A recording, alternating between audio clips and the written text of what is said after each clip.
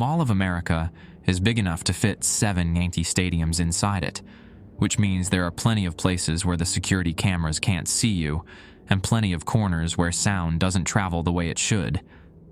I work the overnight maintenance shift, walking through 2.5 million square feet of empty retail space, while 40 million annual visitors sleep safely in their beds, unaware that the mall never really closes. It just changes into something different when the lights dim and the storefronts go dark. What most people don't know is that we're built on top of Metropolitan Stadium, where the Minnesota Twins played baseball for 20 years before they tore it down. And sometimes late at night I can still hear the ghost of crowd noise echoing through the empty corridors.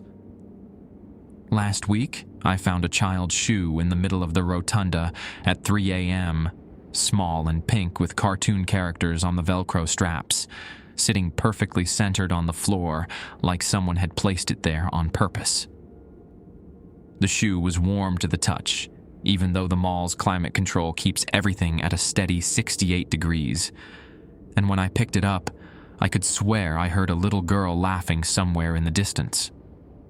Not the happy laughter you hear during operating hours, but something hollow and echoing, like it was coming from very far away, or very long ago. My name is Eric Lindqvist, and I've been cleaning these halls for 3 years now, since I moved down from Duluth after the iron ore plant closed.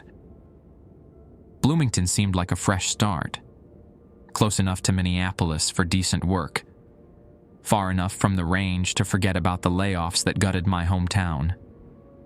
The job posting on Indeed.com mentioned flexible overnight hours and competitive pay for custodial experience, but never mentioned the employee handbook addendum they hand you after the first week.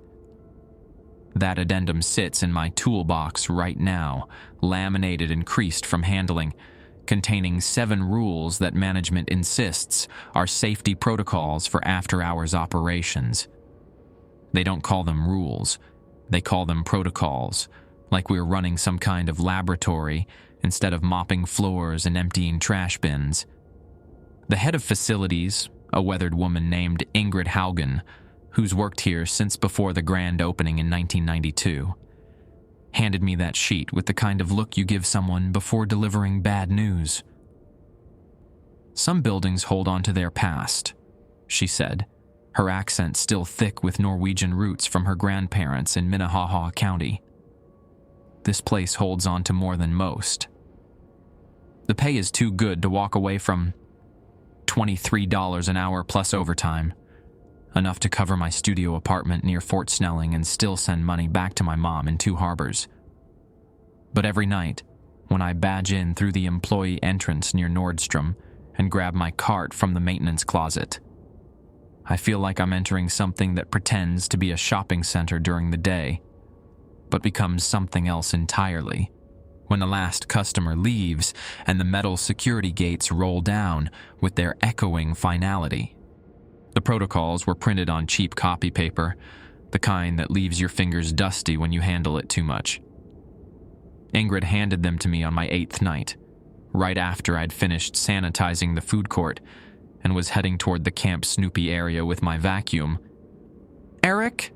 she called from behind the customer service desk, her voice cutting through the ambient hum of the ventilation systems. "Come here a minute."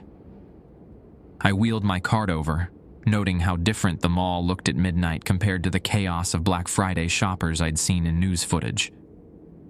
Without the crowds, you could actually appreciate the architecture, the skylights overhead revealing patches of star-filled Minnesota sky, the way the 4 levels created this vertical canyon of storefronts that stretched up toward the glass ceiling.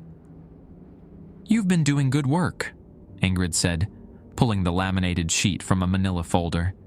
"But there are some additional guidelines for the overnight crew. Safety measures." She handed me the paper, and I noticed her fingernails were bitten down to the quick, not the hands of someone who felt comfortable in her own workplace. "Overnight maintenance protocols, Mall of America for authorized personnel only. Protocol 1. Between 12 a.m. and 6 a.m., avoid direct eye contact with any children you may encounter in the mall. Report their presence to security immediately via radio, but do not approach or speak to them. Protocol 2. The carousel in Camp Snoopy operates automatically during overnight hours. Do not attempt to shut it down or investigate why it runs. Clean around it, not near it. Protocol 3.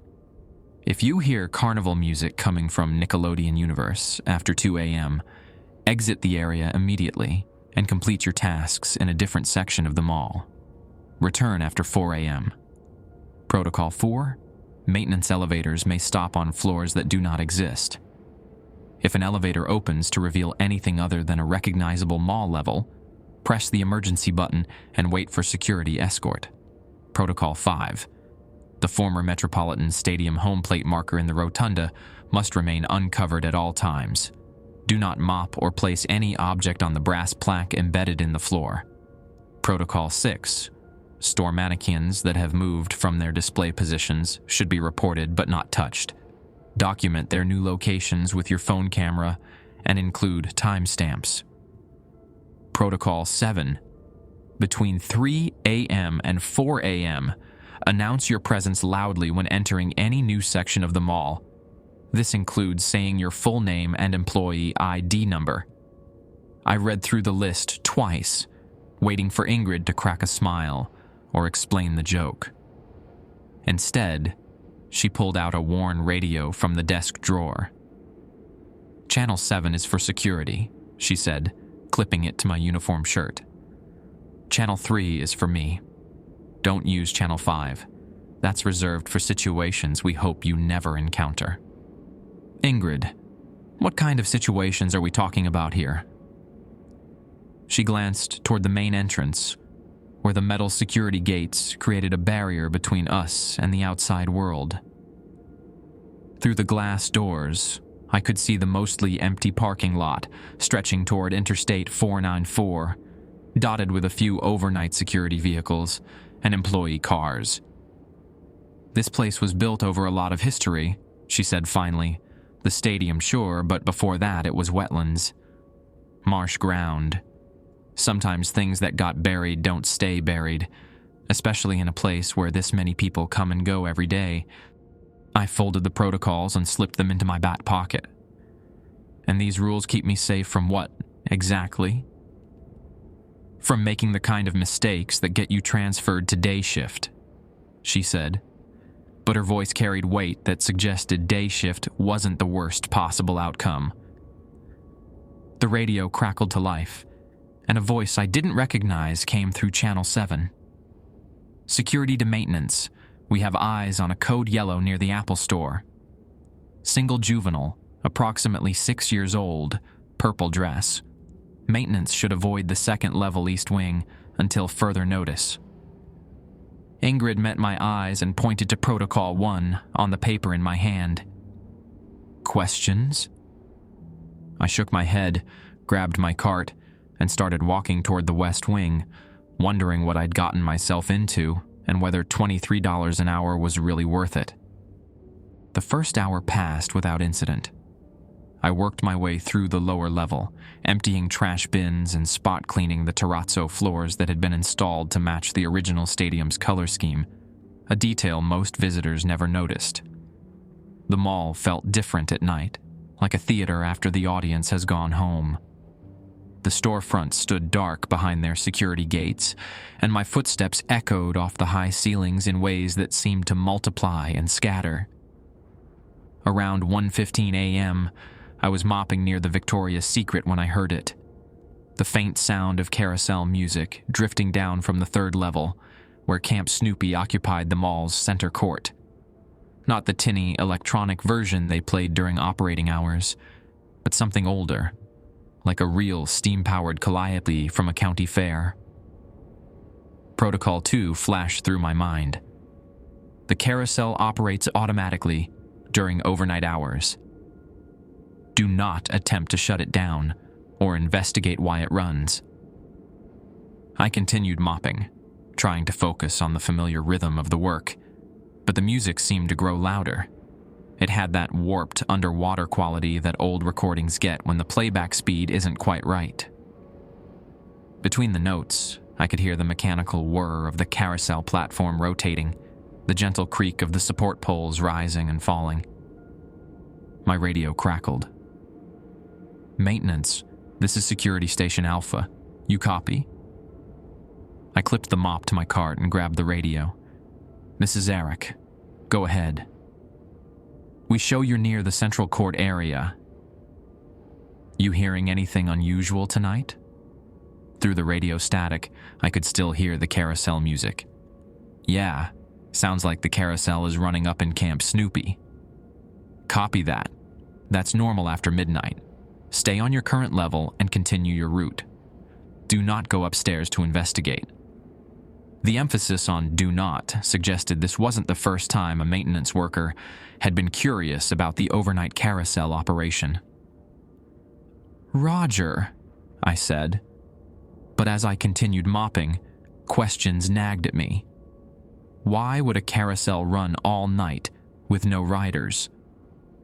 Was it some kind of mechanical test? Or did the insurance company require it to cycle through its range of motion to prevent the machinery from seizing up? The music stopped abruptly at 1:47 a.m., according to my phone. The silence that followed felt heavier than the sound had been, like the sudden quiet after a thunderstorm passes. I finished the lower level and took the service elevator up to level 2, where my next assignment was the area around Barnes & Noble and the Microsoft store. The elevator climbed past the mezzanine level, past level 2, and kept going. The button panel showed I'd pressed 2, but the elevator continued ascending. According to the indicator, we were now passing level 4, even though the mall only had 4 floors and the indicator was showing 5. Protocol 4: maintenance elevators may stop on floors that do not exist. My thumb found the emergency button and pressed it. The elevator shuddered to a stop, and the doors slid open to reveal nothing. Not a hallway, not a maintenance area, just empty air and the distant view of the parking lot through what should have been solid wall. Cold air rushed in, carrying the scent of rain and asphalt. I jammed the emergency button again and again until the doors finally closed. The elevator descended normally this time, stopping at level 2 with a soft ding. When the doors opened, I stepped out on shaking legs and immediately grabbed my radio. "Security Station Alpha, this is Eric. I need a security escort." "Copy, Eric. What's your location?" "Level 2, East Wing near Barnes & Noble. I just experienced a Protocol 4 situation." There was a pause, then, "Stay put. Officer Peterson is en route." While I waited, I pulled out my phone and checked the time. 2:03 a.m. The carousel music should have stopped for good now, but as I listened, I could hear something else drifting down from the upper levels. Not carousel music, but the distant sound of children laughing and the electronic beeps and bells of arcade games. Nickelodeon Universe. Protocol 3. If you hear carnival music coming from Nickelodeon Universe after 2 a.m., exit the area immediately. But this wasn't carnival music. This was arcade sounds, video game bleeps, the hydraulic hiss of animatronic dinosaurs. Was that different? The protocol specifically mentioned carnival music, not arcade sounds. Officer Peterson arrived 5 minutes later. A tall man with graying temples and the kind of steady walk that suggested he'd been dealing with overnight situations for years. He wore the standard MOA security uniform, but carried additional equipment on his belt, items I couldn't identify in the dim lighting. "You okay, Eric?" "Yeah, just the elevator thing. Went to a floor that doesn't exist." He nodded like this was routine maintenance reporting. "Which direction did it face?" "East, toward the parking lot. I could see outside through what should have been wall." Peterson made a note on a small pad. "Anything else?" "Sounds, smells, temperature changes. Cold air. Smelled like rain. I hesitated, then added, and I can hear arcade sounds from Nickelodeon Universe. His expression shifted slightly. What kind of arcade sounds? Video games, maybe some of the ride machinery. Not carnival music, just normal arcade noise. Peterson checked his watch. 2:08 a.m. You're right, that's not covered by Protocol 3, but I'd still avoid that area tonight if I were you. Sometimes the protocols don't cover every possibility. He walked me back to the service elevator and watched as I pressed the button for level 1. Stick to the lower levels for the rest of your shift, he said as the doors closed. And Eric? If anything else happens, anything at all, call immediately. Don't try to figure it out yourself. Hi everyone. Before we move forward, I have something exciting to tell you. Many of you asked for stories without the strange rules, so I created a brand new channel just for that. It's called Mr. Grimm Archive. The link is in the description, or you can click the card above. I think you'll really enjoy it. So check it out whenever you want some more exciting types of stories. Also, I hope you're enjoying the 2 uploads a day. Let me know in the comments if you like some stories from your location. Now, let's continue with today's story. I spent the next hour on level 1, working through the department stores and specialty shops near the main entrances. The familiar routine of emptying trash bins and wiping down surfaces helped settle my nerves after the elevator incident. By 3:15 a.m., I'd made it to the rotunda, the central hub where all 4 wings of the mall converged under the massive skylight. The home plate marker sat exactly where it always did, a brass plaque embedded in the terrazzo floor, marking the exact spot where home plate had been positioned in Metropolitan Stadium. During operating hours, kids would stand on it and pretend to bat while their parents took photos. Tonight, it gleamed under the security lighting, polished to a mirror finish. Protocol 5 had been specific. The former Metropolitan Stadium home plate marker must remain uncovered at all times. Do not mop or place any object on the brass plaque. I'd always assumed this was some kind of historical preservation rule, the mall management keeping the baseball heritage visible for visitors. But as I began mopping around it in a careful circle, leaving the plaque completely dry, I noticed something that made me pause. The brass was warm. Not just room temperature warm, but actually heated, like it had been sitting in direct sunlight. I knelt down and held my hand about 6 inches above the surface. Heat radiated upward, creating a small column of warm air that felt oddly humid compared to the mall's climate-controlled atmosphere. My radio crackled. All maintenance personnel, this is Security Station Alpha. We need position reports. I grabbed the radio, still crouched beside the home plate marker. This is Eric, Level 1 Rotunda, near the home plate memorial. Copy that, Eric. Any activity in your area? I glanced around the empty rotunda, then down at the warm brass plaque. Negative. All quiet here. Good. Continue your route. And remember Protocol 7 goes into effect in 45 minutes. Protocol 7. Between 3 a.m. and 4 a.m., announce your presence loudly when entering any new section of the mall. As I finished mopping around the rotunda and headed toward the east wing, I started thinking about that protocol. Why would I need to announce myself? To whom?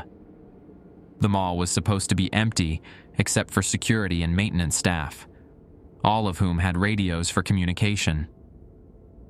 I pushed my cart toward Macy's, planning to clean the bathrooms near the department store entrance. The east wing felt different from the central rotunda, darker somehow, even though the same security lighting ran throughout the mall. The storefronts seemed to press closer together, creating pools of shadow between the illuminated areas. As I approached the bathroom entrance, I noticed movement in my peripheral vision. Inside the Macy's storefront, behind the security gate, one of the mannequins had shifted position. I stopped and stared through the metal grating. The female mannequin that should have been posed with one hand on her hip, modeling a red business suit, now stood with both arms hanging straight down at her sides. Her head, which had been tilted slightly to the left in a casual pose, now faced directly forward, looking straight out through the security gate. Looking straight at me. Protocol 6. Store mannequins that have moved from their display positions should be reported but not touched. Document their new locations with your phone camera and include timestamps. I pulled out my phone with trembling hands and took several photos through the security gate, making sure the timestamp was visible in the shots. The camera flash reflected off the mannequin's plastic face, creating harsh shadows that made her features look more defined than they should have been. More human. "Security Station Alpha, this is Eric," I said into the radio, my voice coming out higher than I intended. "Go ahead, Eric." "I have a Protocol 6 situation, East Wing, Macy's storefront. Female mannequin has moved from her display position." "Copy that. Document with photos and continue your route. Do not approach the storefront." "Already got the photos," I said. But as I looked back at the mannequin, my stomach dropped. She had moved again.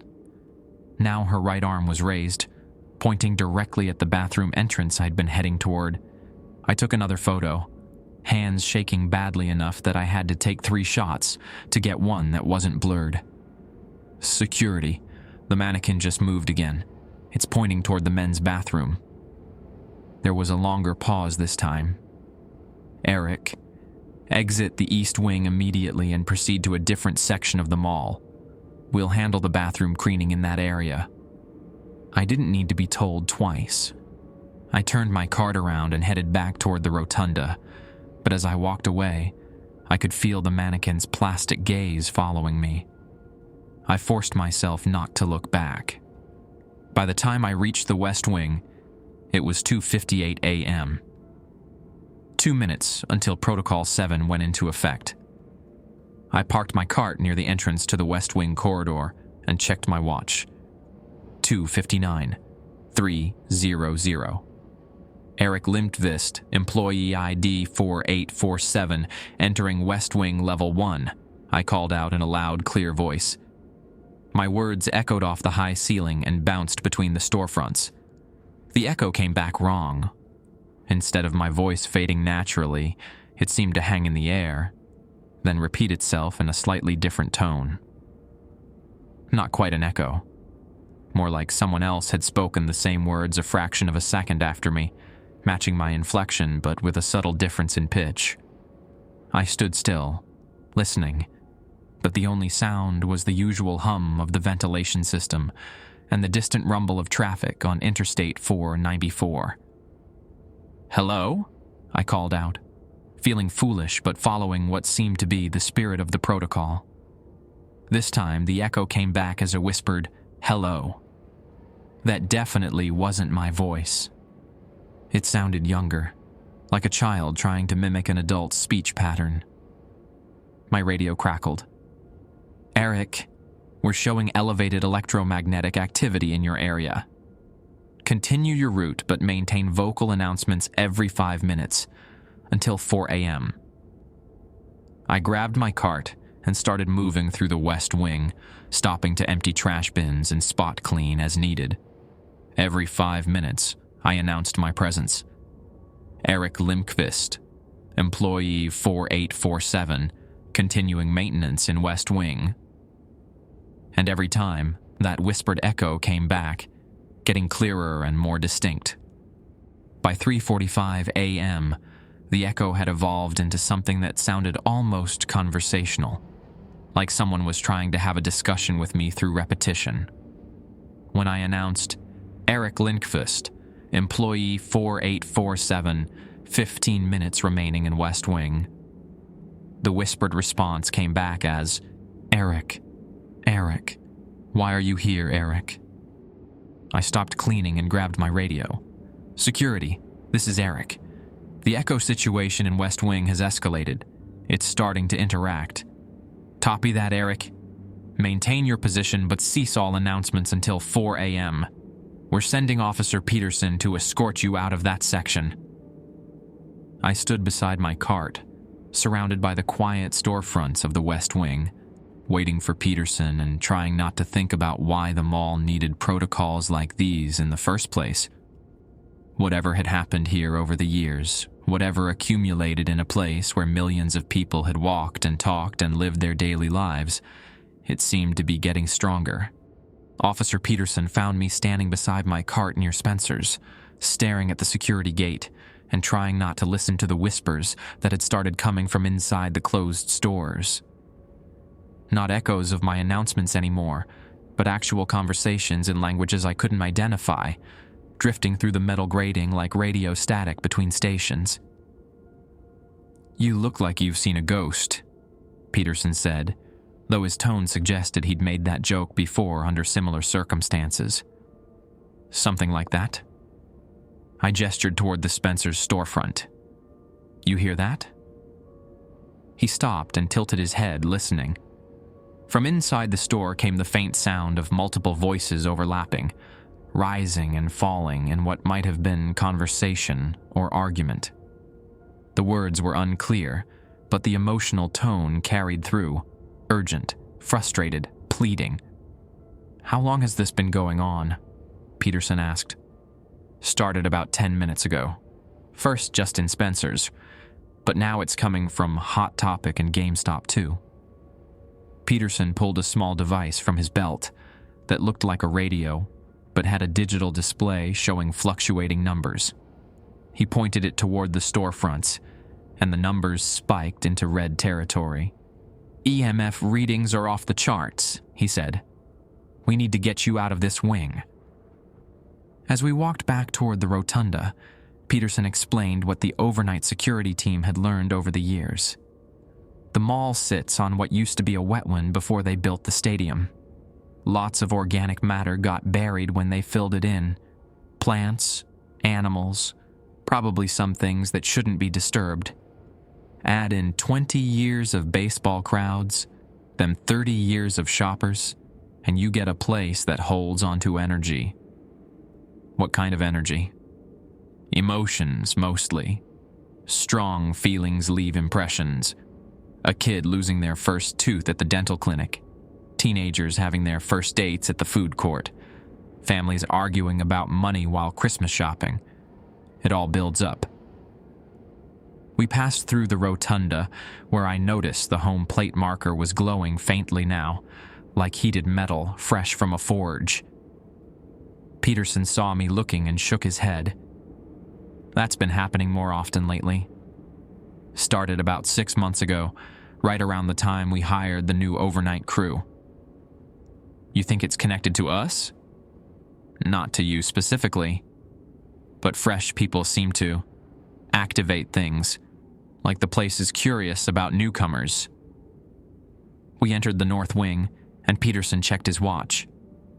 3:52 a.m., 8 more minutes until Protocol 7 expires. Then we can get you back to normal cleaning duties.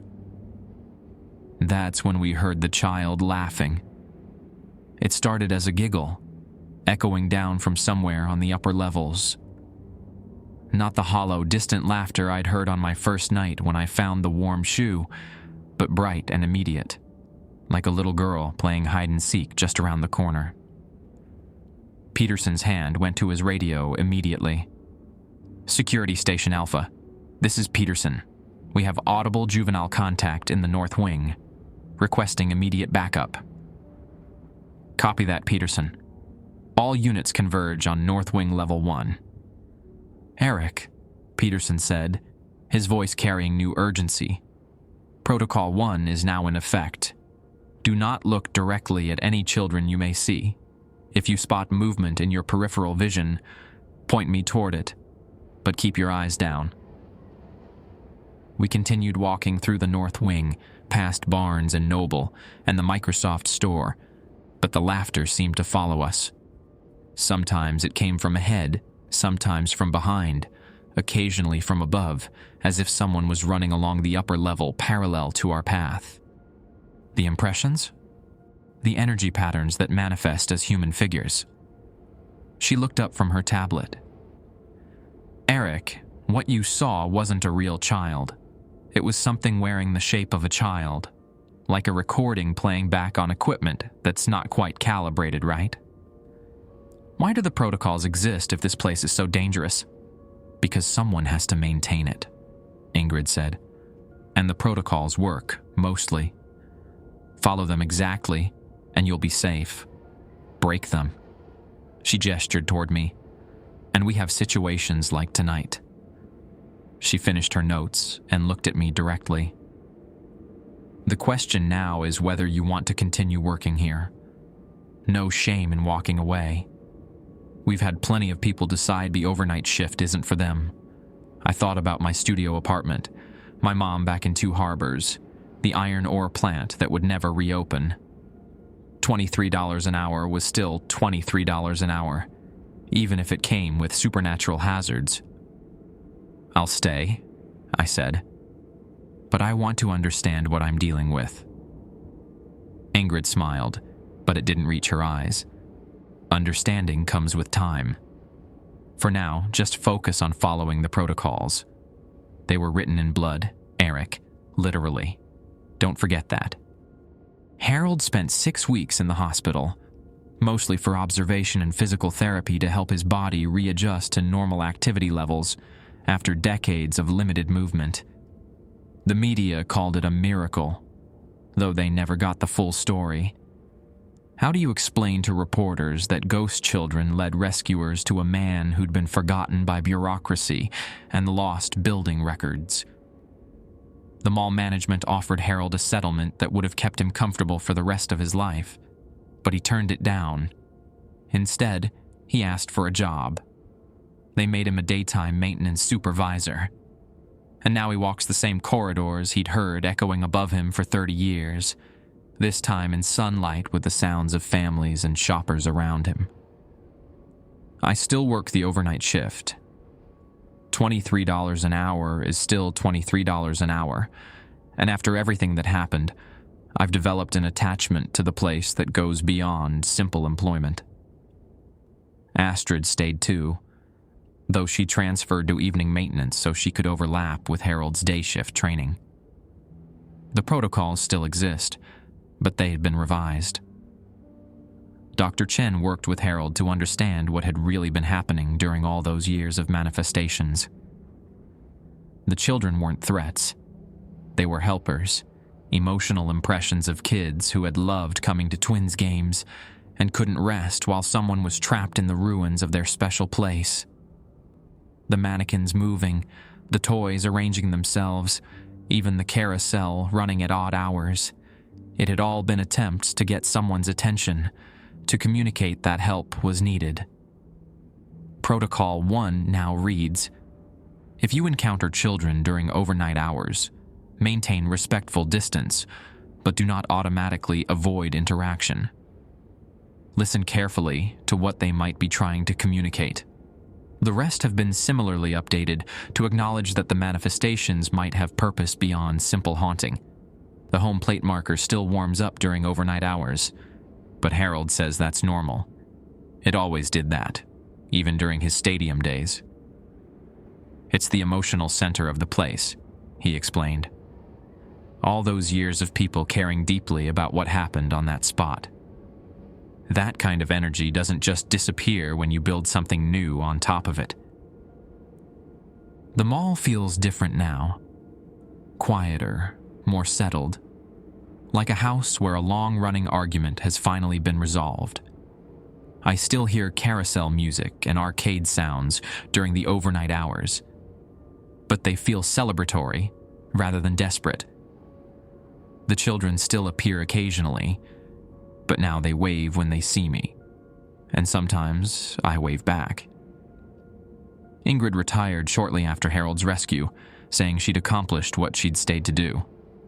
Keep people safe while the building worked through whatever it needed to work through. Her replacement is a younger woman named Katie Olafson, who grew up in Richfield and remembers coming to Twins games as a kid. She understands the emotional geography of the place in ways that make her perfect for the job. I've started taking classes at Normandale Community College, thinking about a degree in facility management or maybe social work. The iron ore plant in Duluth is never reopening, and I've made peace with that. Minnesota has plenty of places where people need help, where institutional memory gets lost, where someone needs to pay attention to the stories that buildings tell. 3 weeks had passed since my first Protocol 1 violation, and I'd learned to navigate the overnight shift with something approaching confidence. The protocols had become second nature. Announce yourself during the danger hour. Avoid eye contact with children. Stay away from the carousel. Document but don't touch the mannequins. The pay was steady, and I'd even started sending extra money home to help my mom with her prescription costs. Tonight felt different, though.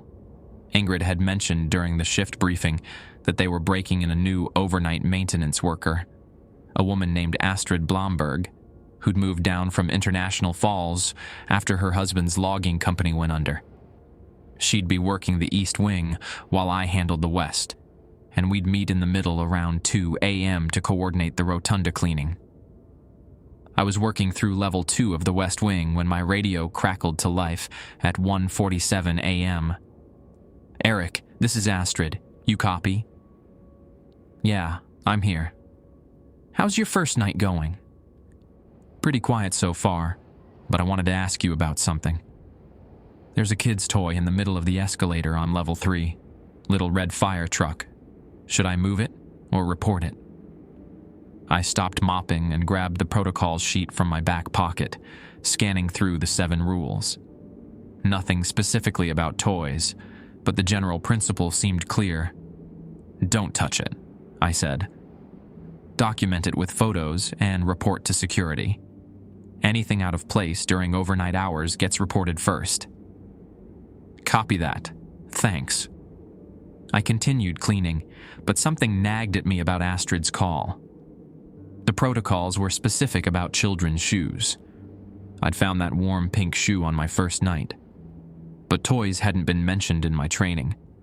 Maybe the rules evolved based on new experiences, or maybe there were additional protocols that Ingrid only shared after you'd proven yourself reliable. 20 minutes later, Astrid's voice came through the radio again, but this time she sounded different, strained. "Eric, are you still on level 2 West Wing?" "Yeah, near Hot Topic. What's wrong?" "I need you to come to level 3 East Wing, near the Barnes and Noble escalator. Bring your camera." "Everything okay?" There was a pause, then, "Just come. And Eric, bring the protocols sheet." I abandoned my cart and took the stairs 2 at a time, emerging onto level 3 to find Astrid standing about 20 feet from the escalator, staring at the floor where she'd mentioned seeing the toy fire truck. The fire truck was still there, but it wasn't alone anymore.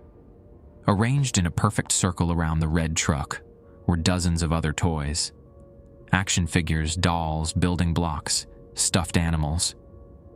All of them looked well used, loved, the kind of toys that children carry everywhere and can't sleep without. They formed a ring about 8 feet in diameter, with the fire truck sitting exactly in the center. "How long have you been standing here?" I asked. "About 10 minutes. When I first called you, it was just the fire truck. Then I turned around to get my camera, and when I looked back," she gestured at the circle, "all of this." I pulled out my phone and started taking photos, making sure to capture the timestamp and the precise arrangement. As I moved around the circle, trying to get different angles, I noticed something that made my stomach tighten. Each toy was positioned to face inward, toward the fire truck. The action figures stood in poses that suggested they were looking at the center of the circle. The dolls' heads were turned inward. Even the stuffed animals were arranged so their button eyes pointed toward the red truck. "We need to call security," I said, but as I reached for my radio, Astrid grabbed my arm. "Wait! Look at the fire truck." I focused on the center of the circle and saw what she meant. The fire truck was moving, not rolling or sliding, but rotating slowly clockwise, like it was on a tiny turntable. Each complete rotation took about 30 seconds, and as it turned, the other toys seemed to adjust their positions slightly, maintaining their inward focus. "This isn't covered by any protocol," Astrid said. She was right. The protocols mentioned children and their shoes, but nothing about toys that arranged themselves or moved independently. We were in uncharted territory. "Security Station Alpha, this is Eric," I said into the radio. "We have an unusual situation on Level 3, East Wing. Unknown protocol status." "Copy that, Eric. Describe the situation." I outlined what we'd found, including the fact that the toys had appeared while Astrid was momentarily distracted, and that the fire truck was now rotating on its own. "Are either of you experiencing any physical symptoms? Dizziness, nausea, temperature changes?" Astrid and I looked at each other. Now that security mentioned it, the area around the toy circle did feel different. Warmer, and the air had a thick quality that reminded me of the humidity before a summer thunderstorm. "Yeah," I said, "it's warmer here, and the air feels heavy. Exit that area immediately and proceed to Level 1. We're sending Officer Peterson and a specialist team." As we backed away from the circle, the fire truck's rotation slowed and stopped. The other toys remained in position, but their inward focus seemed to shift, following our movement. By the time we reached the stairs, I could swear the entire arrangement had turned to face our exit point. We met Peterson on Level 1, along with a woman I hadn't seen before. Tall, middle-aged, carrying a large duffel bag filled with electronic equipment. She introduced herself as Dr. Sarah Chin, a paranormal researcher who contracted with the mall's management for unusual situations. "How long have you been working here?" she asked me. "About a month." "And you?" she asked Astrid. "This is my first shift." Dr. Chen made notes on a tablet. "New personnel often trigger increased activity." The impressions left in this place seemed to respond to fresh psychic signatures.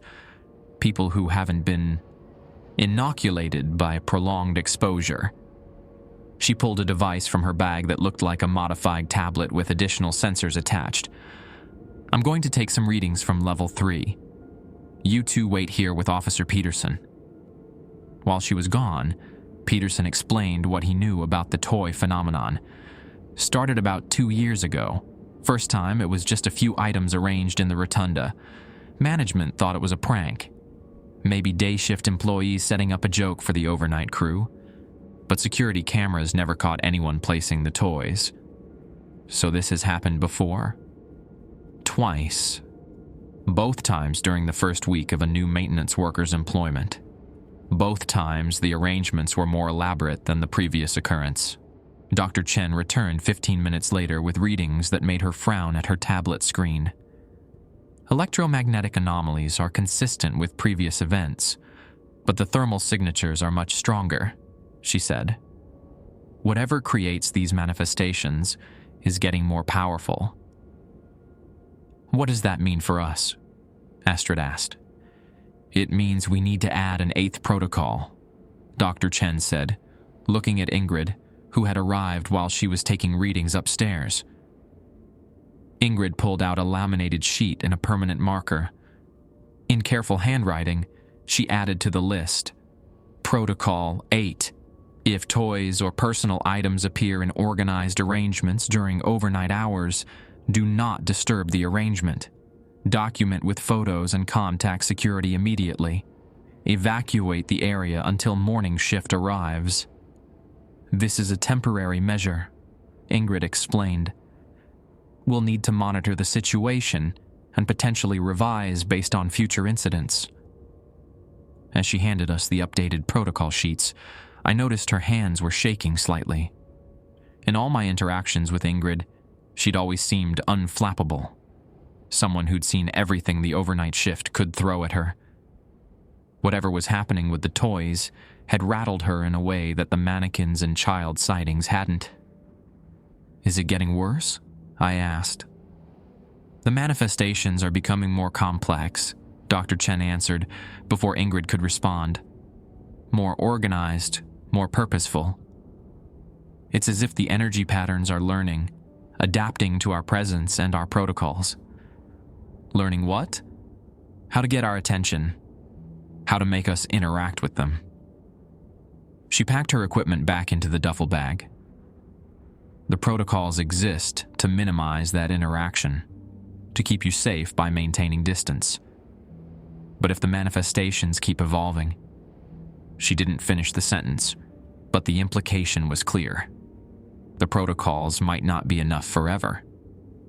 For the rest of the shift, Astrid and I worked on level 1 only, while security maintained a perimeter around level 3. Every hour, Officer Peterson radioed to report that the toy circle remained intact, but inactive.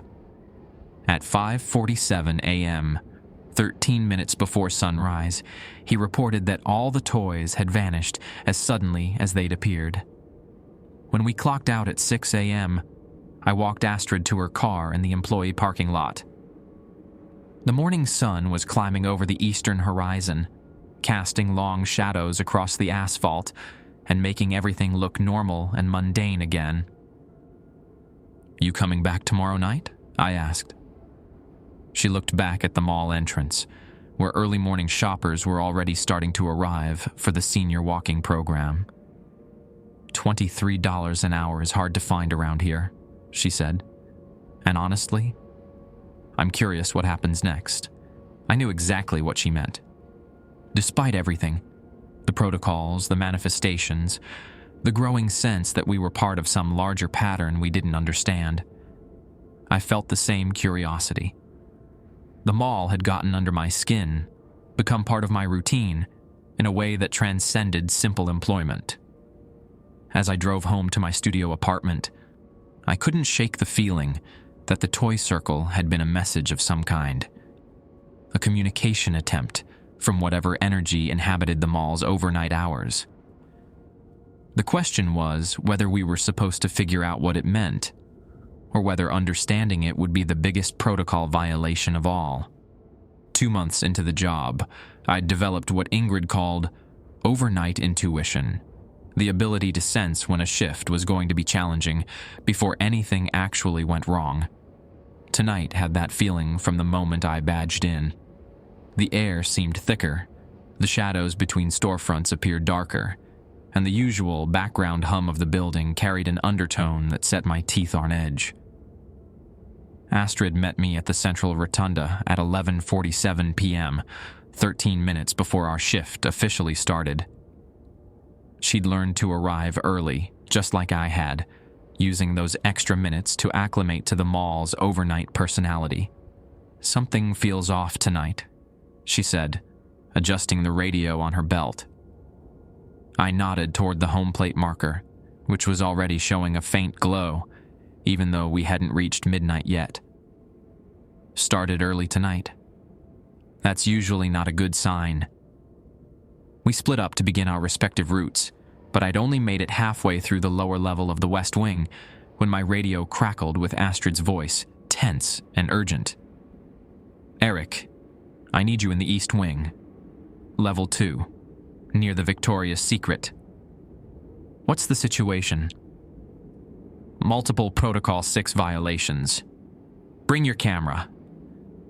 I abandoned my cart and headed for the East Wing, taking the stairs 2 at a time. When I reached Level 2, I found Astrid standing in the middle of the corridor, slowly turning in a circle with her phone held up, taking continuous photos. Every single mannequin visible through the security gates had moved. Not just 1 or 2, like we'd seen before, but dozens of them throughout the wing.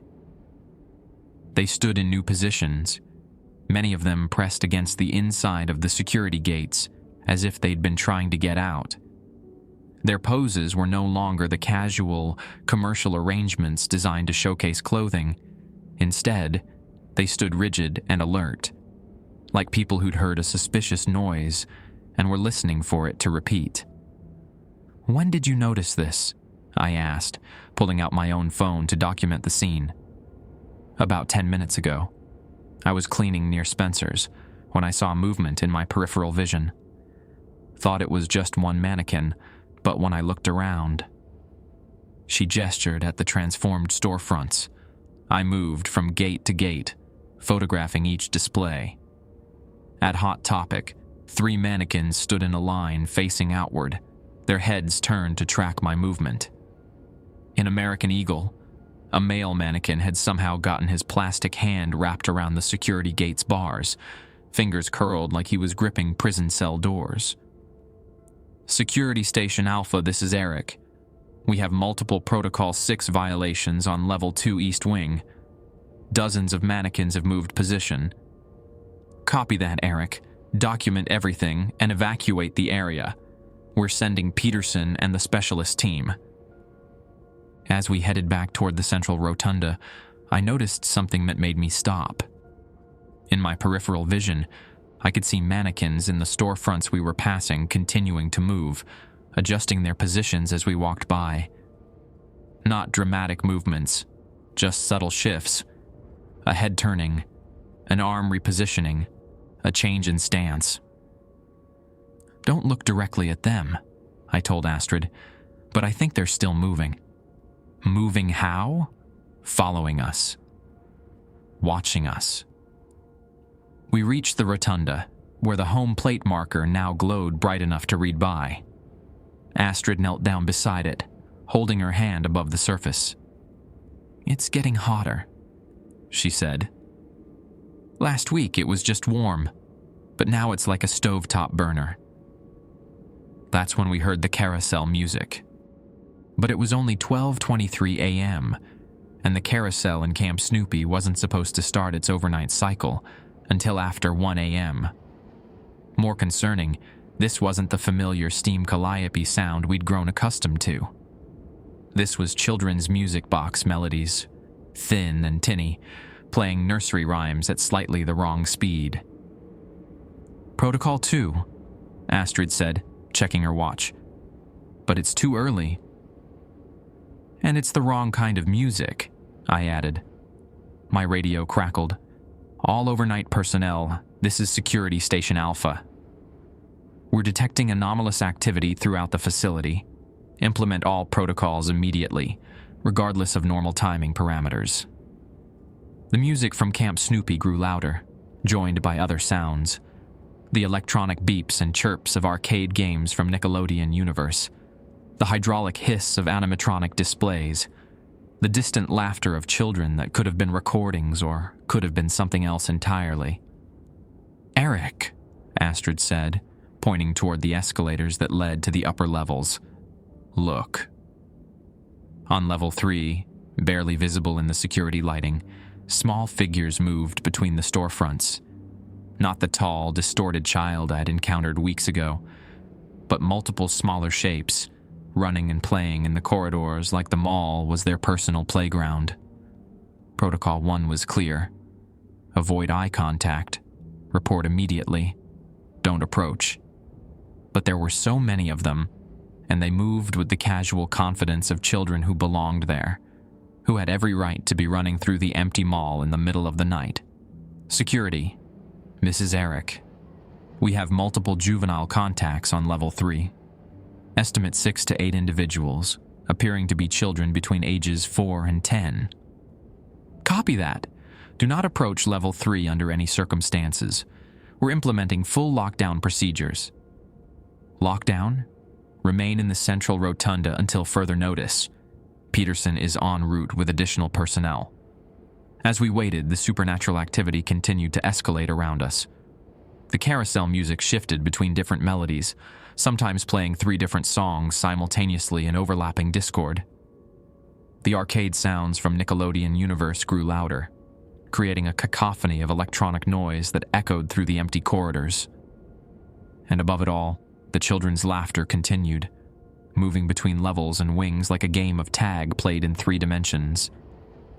The home plate marker beneath our feet had grown so hot that we could feel the warmth through the soles of our shoes. And when I looked up through the skylight, the stars seemed unusually bright, as if the glass had become more transparent, or the distance to the sky had somehow shortened. Peterson arrived with 3 other security officers I'd never seen before, all of them carrying equipment that looked more military than commercial. They set up a perimeter around the rotunda, facing outward toward the 4 wings of the mall. "What's the status on Level 2 East Wing?" Peterson asked. "All mannequins have repositioned," I reported. "They appear to be tracking movement, possibly still mobile." "And Level 3? Multiple child manifestations, active and mobile. They seem to be playing." Peterson's expression darkened. "Playing is new. Previous child contacts were isolated, stationary. Group activity suggests a significant escalation." Dr. Chen arrived 20 minutes later, her equipment bag supplemented by what looked like a military-grade communications rig. She immediately began taking readings, moving around the perimeter of the rotunda while the security team maintained their watch. "Electromagnetic readings are unlike anything I've recorded here before," she said after completing her initial survey. "The energy patterns aren't just stronger, they're more organized, more coherent. It's as if multiple manifestation events are being coordinated by a central intelligence." "What does that mean in practical terms?" Astrid asked. "It means the protocols may not be sufficient anymore. We're dealing with something that's learned to work around our safety measures." As if responding to her words, the elevator in the north wing dinged softly, and the doors slid open. The floor indicator showed B, basement level, but the Mall of America didn't have a basement. Through the open elevator doors, we could see darkness that seemed to extend much deeper than the building's foundation should allow. "Protocol 4, I said automatically. "Except no one called that elevator," Peterson pointed out, "and it's opened on its own." The children's laughter from Level 3 suddenly stopped, replaced by the sound of many small feet running toward the escalators. Not running away from something, but running toward it, like they'd been called to dinner. "They're heading for the elevator," one of the security officers reported. Dr. Chen's equipment began beeping rapidly, the display showing readings that spiked into ranges I'd never seen before. "Something's coming through," she said. "The manifestation is about to reach critical mass." Through the radio, we heard Officer Martinez from the perimeter. "I've got eyes on the juveniles. They're gathering at the elevator. Estimate 12 to 15 individuals now." The carousel music stopped abruptly, followed by the arcade sounds, until the mall fell into a silence so complete it felt like being inside a vacuum chamber. Even the building's ventilation system seemed to hold its breath. In that silence, a new sound emerged from the elevator shaft. Not mechanical, but organic. Like breathing, but scaled up to match the size of something much larger than human lungs could accommodate. "Everyone needs to leave the building," Dr. Chen said, her voice calm but carrying absolute authority. "Right now, this has moved beyond protocol management." "What about the morning shift?" Peterson asked. "Cancel it. The mall stays closed until we can figure out what's happening." As we gathered our equipment and prepared to evacuate, I looked back at the home plate marker one last time. It was glowing so brightly now that it hurt to look at directly, and the heat radiating from it had created a visible shimmer in the air above it. Whatever energy had been building in this place over the years, whatever had been contained by the protocols and managed by the overnight security team, it had finally reached a tipping point. The children were gathering, the manifestations were coordinating, and something was coming up from a basement that shouldn't exist. For the first time since I'd started working here, I wondered if $23 an hour was actually enough. The evacuation should have been simple. Badge out through the employee entrance and leave the building to whatever was rising from the elevator shaft. But as we reached the corridor leading to the exit, every door we'd used to enter the building was sealed shut, not locked, sealed, as if someone had welded the frames closed while we weren't looking. Emergency exits are blocked too, Officer Martinez reported over the radio. All physical barriers show the same condition. We're contained. Peterson tried his master key card on the employee entrance, then the emergency exit near Macy's, then the loading dock access. Nothing responded. The magnetic locks didn't even click. The doors had become as solid and fixed as the walls surrounding them. "The building doesn't want us to leave," Dr. Chen said, studying her readings. "The manifestations have gained enough coherence to manipulate physical systems." Through the skylights above, I could see the first hints of dawn approaching, maybe 2 hours until sunrise. If we could hold out until morning, the manifestations typically retreated, giving us a chance to escape when day shift arrived. But something told me we wouldn't last 2 hours at this escalation level. The breathing sound from the elevator had grown louder, more rhythmic, like something massive slowly waking up. And the children.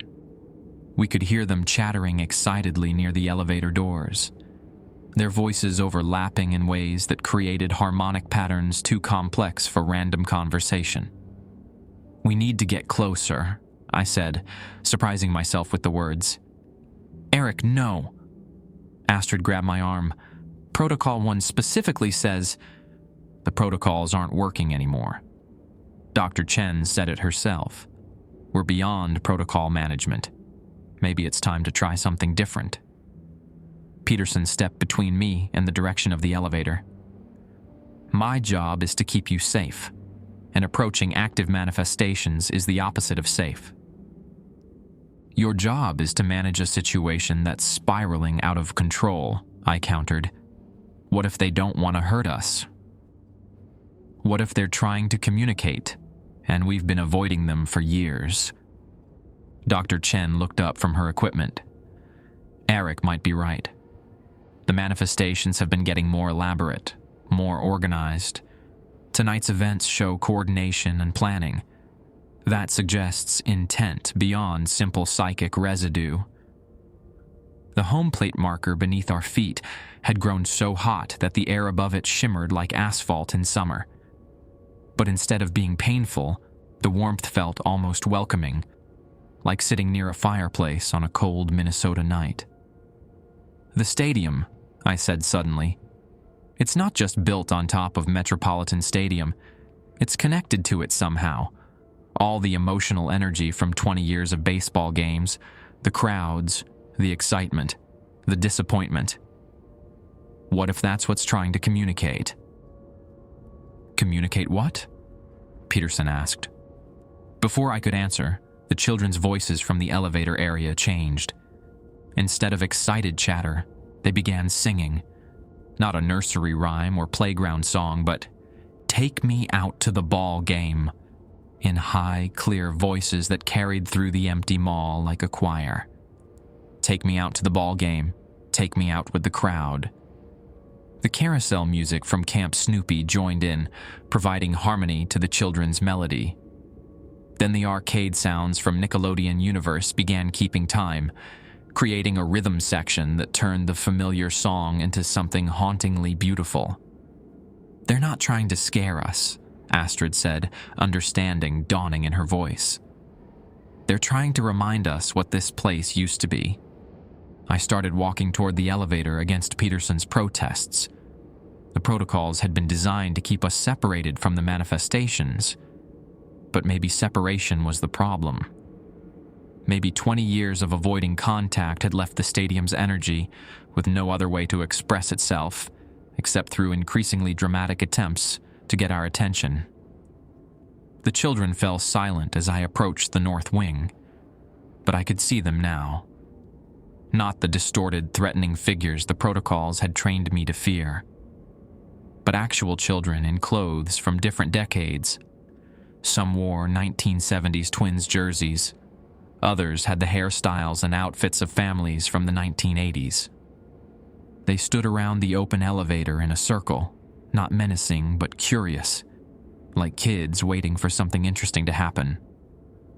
"Eric Linkvist, employee ID 4847, I announced, following Protocol 7, even though the time restriction had long since passed. "I'm here to listen." The breathing from the elevator shaft stopped. The children turned to look at me, and for the first time since I'd started working here, I maintained eye contact with them. They had normal faces, sad maybe, but recognizably human. Real children who had spent time in this place when it was still a baseball stadium.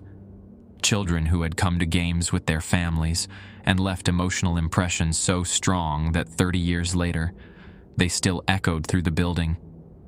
One of the children, a girl in a purple dress, who might have been the same one I'd encountered weeks ago, stepped forward and pointed down the elevator shaft.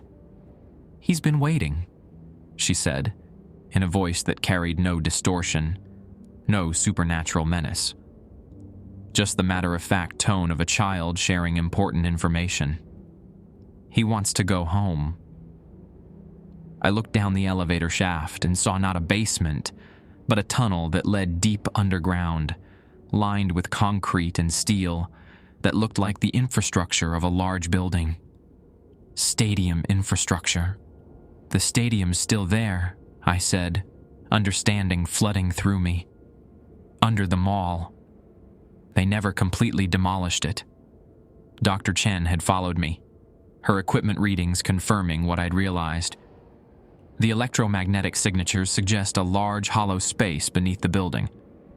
If they left the stadium's lower levels intact when they built the mall, then someone's been trapped down there for 30 years, I finished. The children nodded in unison, their faces bright with relief that someone finally understood. The girl in the purple dress pointed to herself, then to the other children, then down the shaft. "We've been trying to help him," she said, "but we can't go that deep. We can only reach the mall levels. You have to help him." Peterson's radio crackled. "All units, be advised that city records show partial demolition of Metropolitan Stadium in 1985. Lower levels and foundation were sealed and built over, rather than excavated." "If someone was working down there when they sealed it," Astrid said. "Overnight maintenance," Dr. Chen added grimly. "Stadium maintenance crews work the same kinds of shifts we do. Someone could have been trapped when they closed off the lower levels." The children stepped aside, creating a clear path to the elevator. The breathing had resumed, but now it sounded labored, exhausted, like someone who had been calling for help for decades and was finally running out of strength. "I have to go down there," I said. Peterson shook his head. "Too dangerous. We'll contact city services, get proper equipment." In 30 years, no one has heard him calling. If we wait for bureaucracy, he might not last until morning. "There," I said, pointing toward the escalators without looking up. "Second level near the railing." Peterson glanced up briefly. "I see her. Purple dress, blonde hair, maybe 6 years old. She's waving at us." The laughter stopped abruptly, replaced by a voice that carried clearly through the empty mall. "Why won't you look at me?" It was a child's voice, but with an undertone that made my skin crawl. Too articulate, too knowing for someone that young. Peterson kept walking, his hand now resting on the radio. "Don't answer," he said quietly. "Keep moving toward the exit." "I just want to play," the voice continued, now coming from directly above us. "I've been waiting so long for someone to play with." I risked a glance upward and immediately wished I hadn't. The little girl stood at the second-level railing, but something was wrong with her proportions. Her arms were too long for her body, hanging down past her knees, and when she waved, her fingers bent in directions that joints shouldn't allow. "Eyes down," Peterson hissed. But it was too late. The girl had seen me looking. Her laughter resumed, but now it had a triumphant quality, like she'd won some kind of game. She started clapping, and the sound echoed through the mall with the sharp crack of wood hitting wood rather than the soft pad of small hands. "Run," Peterson said. We didn't run. That would have been abandoning the cart and violating protocol. But we walked very quickly toward the main entrance. Behind us, the clapping continued, joined by the sound of running feet on the upper level. Light footsteps at first, then heavier ones, as if the girl was growing larger with each stride.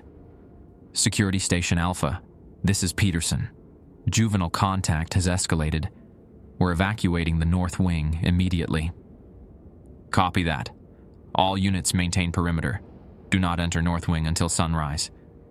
We reached the central rotunda, where the home plate marker now glowed bright enough to cast shadows.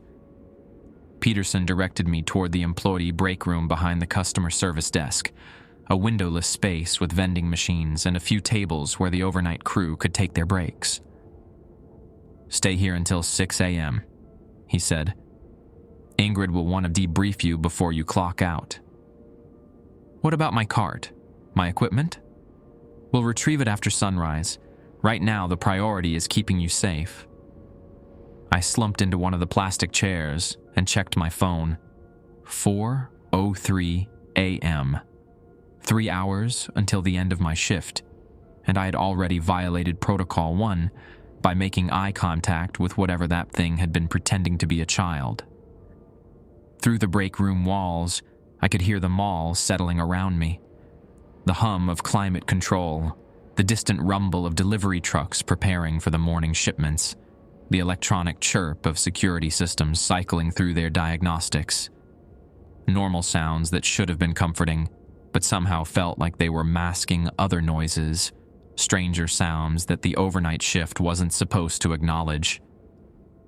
Ingrid arrived 20 minutes later with coffee, and the kind of expression that suggested she'd dealt with protocol 1 violations before. "Tell me what happened," she said, settling into the chair across from me.